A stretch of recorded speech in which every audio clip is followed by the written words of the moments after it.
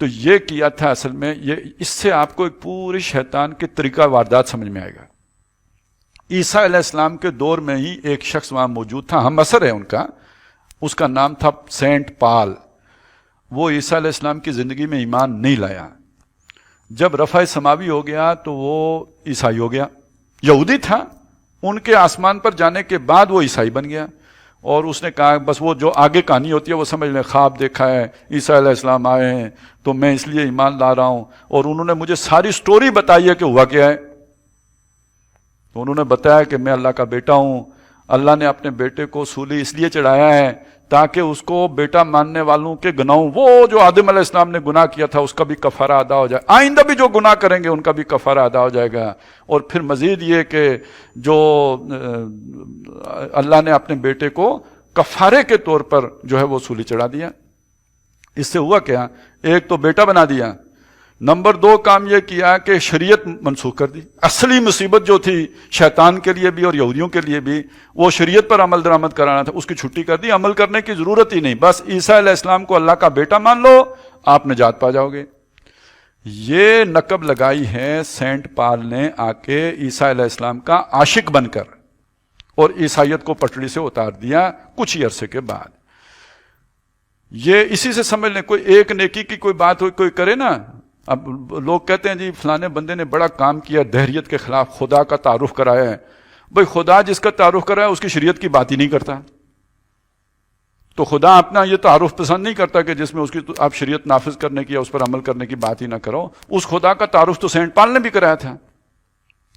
تو اس چیز کو سمجھ لیجئے کہ اس طریقے سے پہلی واردات ان کے اندر ہوئی. اچھا, یہ چونکہ ایک نامعقول نظریہ تھا, تو جو بھی پھر بنے ہیں ان کے وہ جو پوپ تھے, پادری تھے, انہوں نے عقل انسانی کے اوپر لگائی قدغن. سوچنا نہیں ہے, سوال نہیں کرنا ہے. وَلَا تَسْأَلْنِي عَنْ شَيْءٍ حَتَّى أُحْدِثَ لَكَ مِنْهُ ذِكْرًا. سوال کیا جس نے تو اس کی گردن, وہ گستاخ ہے, وہ باغی ہے, اس کی گردن اڑائی جائے. اس لیے کہ اس میں خطرہ ہے کہ کوئی بھی پوچھ لے گا یار یہ کیا چکر ہوتا ہے, یہ تو میری سمجھ میں تو نہیں آتا کہ 1 میں 3 کیسے ہوتے ہیں اور 3 میں 1 کیسا ہوتا ہے. تو اس کا تو چونکہ جواب نہیں, لہذا اسے تقدس کا جامہ پہنا دو. یہ سوال پوچھنا گستاخی ہے. اب یہ چلتا رہا. ادھر قرآن آ گیا. قرآن نے آ کے ایک طرف تو کام یہ کیا نا کہ آپ کو استقرائی منطق کی لت لگا دی. دوسری طرف کام یہ کیا قرآن نے جو روشنی پہنچائی وہ یہ کہ تجسس, غور, فکر, ان السمع والبصر والفؤاد کل اولئک کان عنہ مسئولا. اب جب یہ قرآن مجید کی جو رسم تھی یا جو قرآن نے ایک نئی ریت ڈالی, یہ چلتے چلتے جب یورپ گئی ہے جہاں پہ ڈارک ایج تھی, جہاں پہ لوگ سوال کرنا جو ہے وہ جرم سمجھتے تھے, اس نے پھر آہستہ آہستہ اس بغاوت کو ٹریگر کیا ہے جس کو آج ہم تحریک احیاء علوم کے نام سے جانتے ہیں, جس کو اب ہمارے دانشور بھی کہتے ہیں جی روشنی آئی تھی, اندھیرے سے نکل کے وہ روشنی میں آئے تھے اہل یورپ. اب یہ بھی پرویز مشرف ہمیں بھی روشنی میں لے کے جانا چاہتے تھے. تو اصل پیچھے اس کے یہ سٹوری ہے. تو اب چونکہ انسانوں کو کئی 100 سال مذہب نے اپنے جبر کے پنجے کے اندر جو ہے وہ کس کے رکھا ہے, جکڑ کے رکھا ہے, لہذا جب رد عمل آیا ہے تو وہ صرف پوپوں کی حد تک نہیں آیا, پنڈتوں کی حد تک نہیں آیا, پادریوں کی حد تک نہیں آیا, وہ مذہب کے خلاف آیا.